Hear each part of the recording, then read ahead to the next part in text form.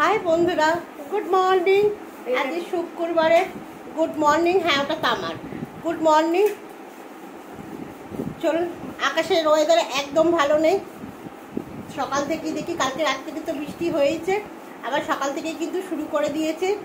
এদিকে আমাদের বাবাদের কিন্তু জন্মদিন কিন্তু এগিয়ে আসছে, সোমবার জন্মদিন, হাতে মোটে আর 2 দিন টাইম।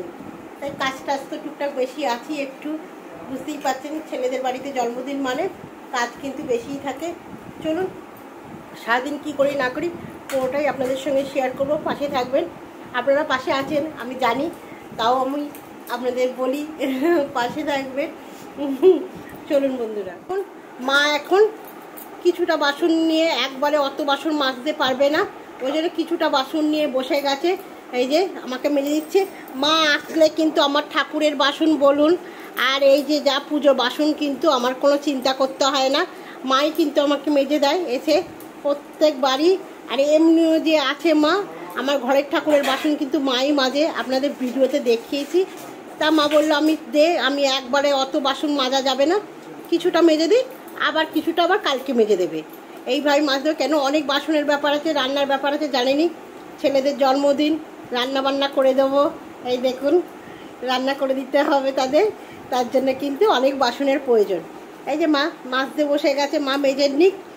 আর আমি এখানে এই যে ভোজনে বসে গেছি, আজকে চা পাউরুটি। মায়ের খাওয়া হয়ে গেছে, আমি নিয়ে বসে গেছি চা পাউরুটি খাবো। তাই যে পাউরুটিটা সেঁকে নিয়েছি আর চা, এটাই সকালে আমার টিফিন। চলুন আস্তে আস্তে কাজ করতে থাকি। আর আপনাদের দাদা, এই যে আপনাদের দাদাও চা পাউরুটি খাচ্ছে, কিন্তু ওই যে ছেলে খাবে না পাউরুটি, তাই ছেলের জন্য অন্য কিছু হবে, তাই দেখতে এসেছে। একটু হাই করো, তাকাও। এই দেখুন, দেখছেন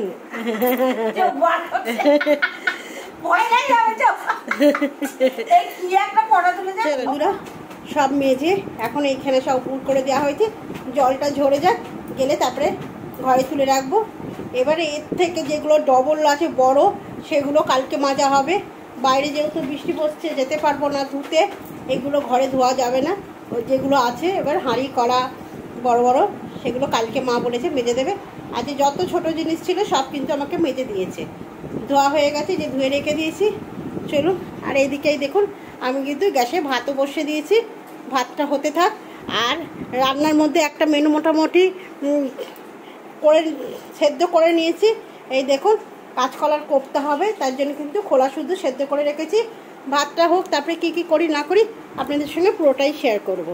পাশে থাকুন, কিন্তু পাশে না থাকলে কিন্তু বুঝতে পারবেন না যে ভালো দেখালেই কি আর খারাপ দেখালেই কি, যা হয় সংসারে পুরোটাই দেখাবো। যে বন্ধুরা আমাকে ভালোবাসে, দেখে আমার ভিডিও, তারা আমার ভালোটাও দেখে, খারাপটাও দেখায়। হয়তো ভালো না লাগলেও কিন্তু তারা আমার ভিডিওগুলো দেখে বন্ধুরা, তাদেরকে অসংখ্য ধন্যবাদ আমার ভিডিওগুলো দেখার জন্য। চলুন বন্ধুরা, এবার যা যাক রান্নার দিকে। বন্ধুরা, কাঁচকলা কোপ্তাটাকে এই যে দাদা এইভাবে মেখে নিয়েছে, একটু নুন, কাঁচা লঙ্কা, একটু হিং, সমস্ত কিছু দিয়ে, একটু মিষ্টির দানা দিয়ে মেখে নিয়েছে। নিয়ে যে কোপ্তার যে সাইজে করে যে দেখুন ভাজছে, এইভাবে সব ভেজে নেবে কোপ্তাগুলোকে, কাঁচকলার কোপ্তাগুলোকে ভেজে নেবে, নিয়ে তারপরে রান্না করবে। ঠিক হচ্ছে, আপনাদের দাদা করছে। আমার রান্নাঘরটা একটুখানি অসুবিধাই হয়, ওই জন্য আমি কিন্তু রান্নার ভিডিও আপনাদের দেখাতে পারি না, আর লাইটের খুব অসুবিধা। দেখাতে ইচ্ছা থাকলেও আমি দেখাতে পারি না যে আমি কী রান্না করি না করি। একটু কষ্ট করে দেখবেন। এরকম কোপ্তা কিন্তু দারুণ লাগে খেতে। কোপ্তা অনেক রকমভাবেই করা যায়, দাদা কিন্তু আজকে এইভাবে কোপ্তাটা রান্না করছে। চলুন দাদা করুন। ওই কোপ্তাটার মশলা কি দেওয়া হচ্ছে আমি একবারে দিয়ে আপনাদের দেখাচ্ছি। এখানে দিয়েছি আদা দিয়েছি, পোস্ত দিয়েছি, জিরে দিয়েছি, শুকনো লঙ্কা 2টো দিয়েছি, বেশি ঝাল লাগবে না, কিচমিচ দিয়েছি। আর কি দেব, আর দেবো এই যে একটু টক দই দেবো, একসঙ্গে দিয়ে একবারে এটা মিষ্টি করে নেবো। কেন, নিরামিষ ব্যাপার আছে, একটু টক দই দিই। চলুন এটা দিয়ে একবারে মিষ্টি করবো সুন্দর করে। চলুন, দেখুন বন্ধুরা, শুধু কাঁচকলার কোপ্তার সাইজগুলো দেখুন কি দারুণ হয়েছে না, খুব সুন্দর হয়েছে কাঁচকলার কোপ্তার সাইজগুলো। দাদা, আপনাদের দাদা খুব সুন্দর রান্না করতে পারে। এই দেখুন, ওকে বলি যে তুমি সপ্তাহে 1 দিন করে একটা করে রান্না ছাড়ো, বন্ধুরা দেখুন, দাদা সত্যি আপনাদের দাদা খুব সুন্দর রান্না করতে পারে। দেখুন এইভাবে, এর মধ্যে কিছু দেওয়া নেই, শুধু কিছু কাঁচকলা আর ওই যা মশলা একটু দিয়েছি, ব্যাস। এবার তারপরে যা লঙ্কা আছে, লঙ্কা এগুলো আর লঙ্কা চিড়া আর চিনি আছে আর ইয়ে আছে গরম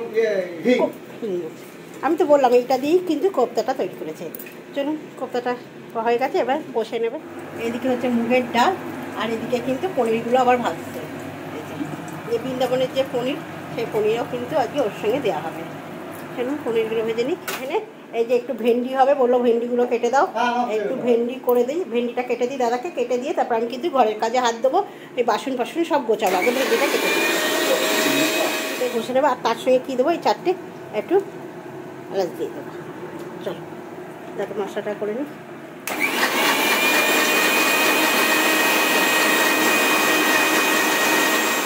এই দেখুন বন্ধুরা, আজকে আমার ছেলেদের আজকে অন্নভোগ দেওয়া হয়েছে। এই যে গোবিন্দভোগ চাল আর একটু কুমড়ো কেটে দিয়েছিলাম আর বাটার, এই দিয়ে কিন্তু আজকে দু ছেলেকে অন্নভোগ দেওয়া হয়েছে। ওরা খেয়ে নিই, তারপরে কিন্তু আমরা খাওয়া দাওয়া করবো।